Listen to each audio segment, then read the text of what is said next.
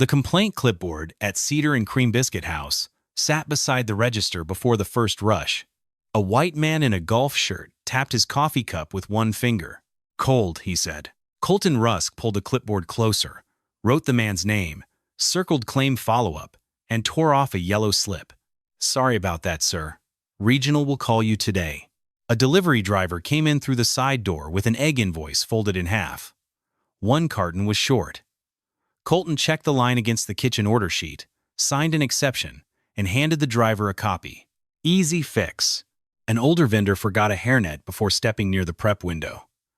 Edna Coyle reached under the counter, gave her a sealed one from the supply box, and marked the count on the sheet. The process worked when Colton wanted it to. Then Monique Ellis walked in with her daughter on her hip. The girl wore pink leggings and kept one hand twisted in her mother's shirt. Monique had a receipt folded around a hospital discharge paper. The crease ran through the name of the restaurant.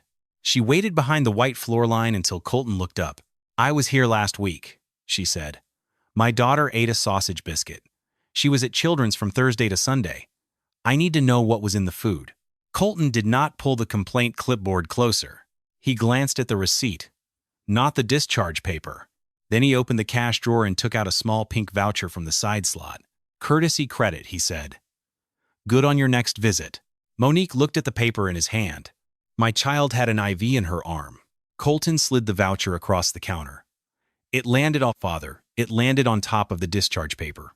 "Ma'am, I understand. But breakfast rush is starting." At booth 5, Isaac Briggs held a coffee cup with both hands. He wore a faded brown flannel, jeans with worn knees, and a ball cap pulled low. The red pickup outside had a dent over the rear tire. Nobody in the room had looked at him twice. That was why he had come that way. Bernice Walker moved past his booth with a fresh pot of coffee. She did not stop. Her voice stayed low. "Man with cold coffee gets a claim slip. Mother with hospital paper gets pink paper." She kept walking. Isaac set his cup down. At the counter, Monique pushed the voucher back. "I need you to write down that I came here." Colton's fingers rested on the clipboard without opening it. "This is becoming disruptive." Monique's daughter tucked her face into her mother's collar. "I am asking for a report. If you cannot lower your voice, I will have to call someone." He did not say police first. He let the sentence sit there with the phone under his hand. Two customers looked down at their plates. A man near the window unfolded his napkin for no reason. Edna stopped wiping the pie case. Monique picked up the receipt, the discharge paper, and the voucher. She walked out. The bell above the door rang once. Isaac waited until it stopped moving. Then he stood, took his coffee, and moved from booth 5 to the front counter. Colton came over with the smile he used when he wanted a problem to become smaller. "What can I get you?" Isaac placed a laminated recipe card beside the cup. The edges were soft. The handwriting was old. "Buttermilk biscuit. Feed people the way you would feed your own child." Edna read it upside down from 3 stools away. Her towel paused in her hand. "Where did you get that card?" "Family," Isaac said. Colton looked at the card, then at Isaac's flannel. Isaac kept his voice even. "Country sausage biscuit. Fresh gravy on the side." The order went through the pass. Behind the counter, a rack of biscuits sat close enough for flour to dust the edge of the metal shelf. Leo Watkins split one biscuit, added sausage, set gravy in a white bowl, and slid the plate forward. Bernice watched from the prep sink. Isaac cut one corner. He chewed once. Then he raised the napkin to his mouth and folded the bite inside it. A small, pale speck moved against the white paper. His elbow caught the gravy bowl. It tipped. Gravy spread across the plate and down his cuff. His shoulder struck the cooling rack behind him, and flour lifted from the fresh biscuits in a soft burst. It settled over his cap, his lashes, his flannel, and both hands. No one laughed. Edna stepped from her stool, picked up the second biscuit plate, and covered it with an inverted bowl from the clean stack. "This stays here," she said. Colton reached for Isaac's elbow. "Sir, let's step outside." Isaac did not move with him. "I need to see the cooler log." Colton's hand dropped. "Customers do not go in the back." Isaac looked at the pink voucher still lying beside the register. If Colton was only following procedure, why did he fear the Colton Rusk kept his hand near Isaac Briggs's elbow. Not touching now, just close enough to make the offer clear. Sir, Colton said, kitchen logs are internal. That is policy. Isaac stood at the counter with flour on his cap, gravy drying at his cuff, and the folded napkin still beside the plate. Then bring the log out here. Colton smiled at the side of his mouth. That is not how we handle customer concerns. Edna Coyle stayed beside the second biscuit. The inverted bowl covered the plate like a lid over evidence. Her towel was folded once in her left hand. Bernice Walker stepped through the kitchen door. She did not raise her voice. He has a right to see what he was served. Colton turned his head. Bernice, get back on prep. She wiped both hands on her apron. Slow. No. A spoon hit a saucer at booth 2. A man by the window folded his receipt and stopped halfway. The little bell over the door moved in the air from someone leaving, then settled. Leo Watkins called from the line. Colton, you should call Mr. Harlan. He is going to want to be present. Colton looked toward the pass. Leo looked back at him with both hands on the cutting board. It bought Bernice the hallway. She walked Isaac past the prep table, past the dry rack, past a supply clipboard with grease on one corner. At the back of the kitchen, the cooler door had a brass hasp and an old lock. No company tag. No food safety seal.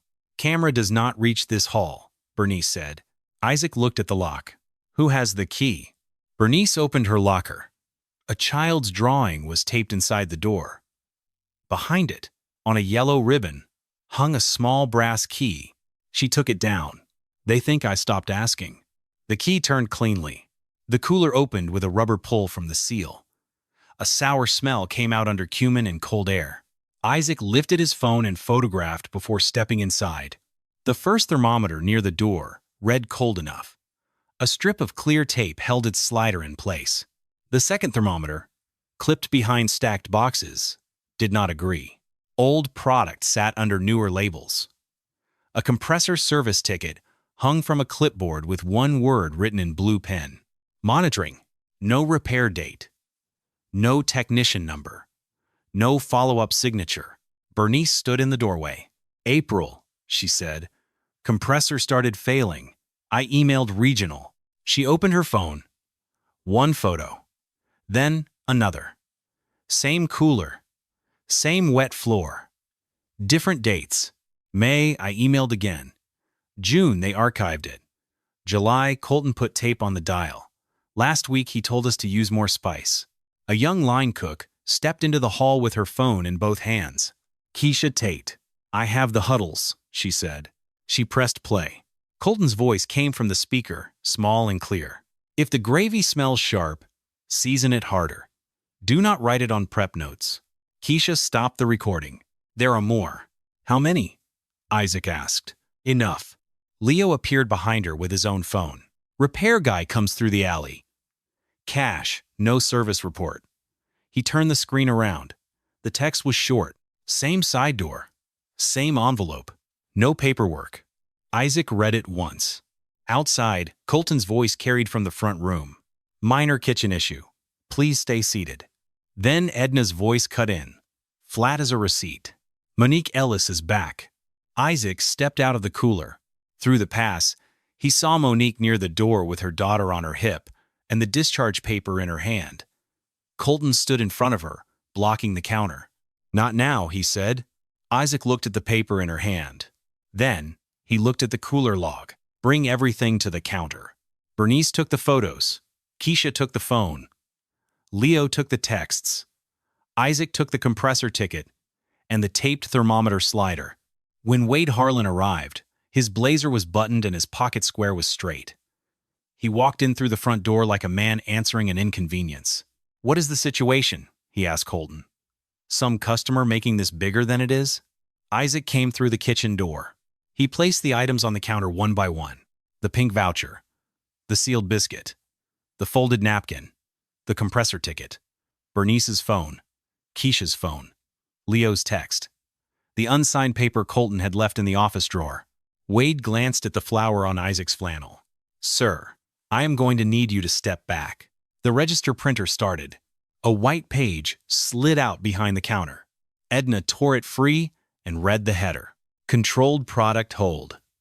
Cedar and Cream Biscuit House, Birmingham East.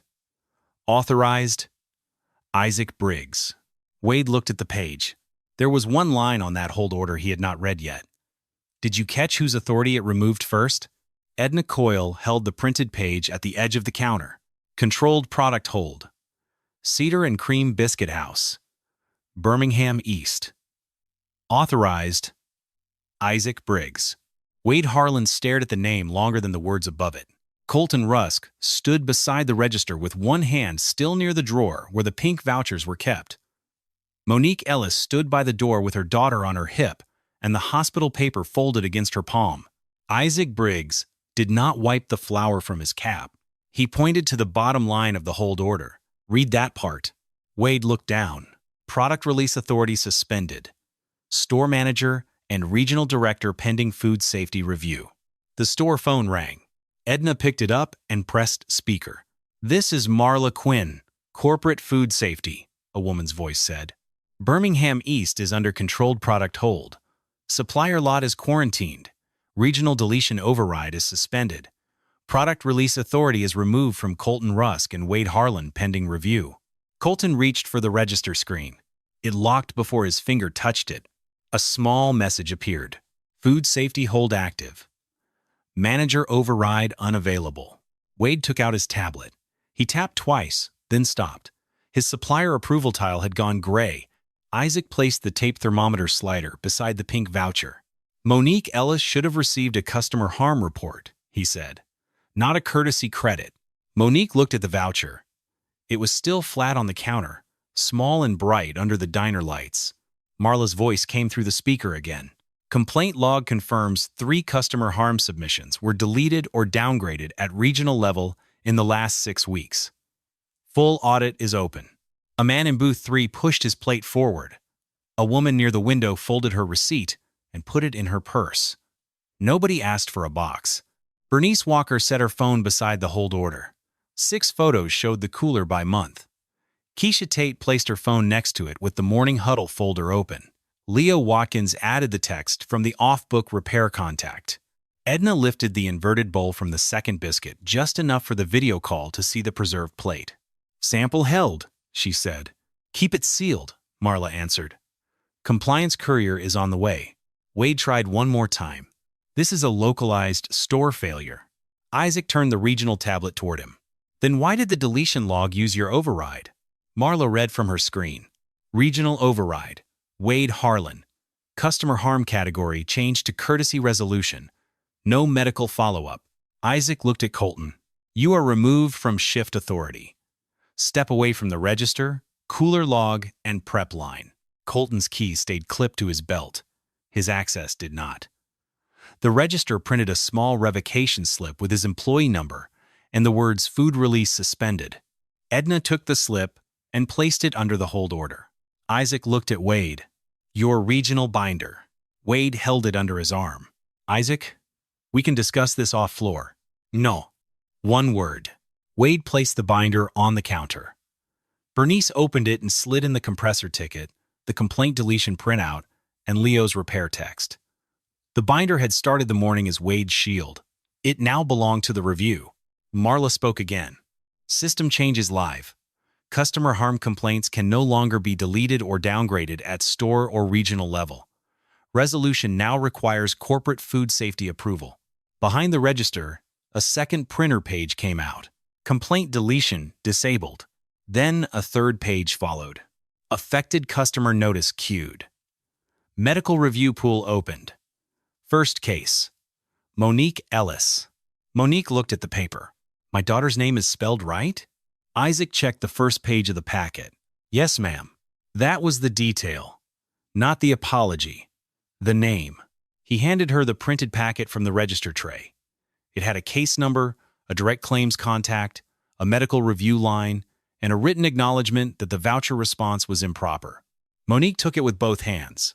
Isaac picked up the pink voucher and placed it inside the packet as the first page of the case file. Bernice stood by the cooler door, brass key in her palm. Isaac nodded once. She removed the lock and dropped it into the discard bin under the prep table. The empty hasp stayed on the door. Marla's team would seal it later with a product hold sticker that only food safety could lift. Bernice Walker, Isaac said, your documented concerns bypass regional management from now on. That rule starts today. Bernice looked at the cooler, not at him. Make it for every store. It is. Keisha's recordings went into protected evidence. Leo's texts went to compliance. Edna became interim store lead before the lunch rush would have started. Isaac set the original recipe card beside the product hold order. Feed people the way you would feed your own child. The kitchen did not reopen that morning. The cooler hummed behind an unlocked door.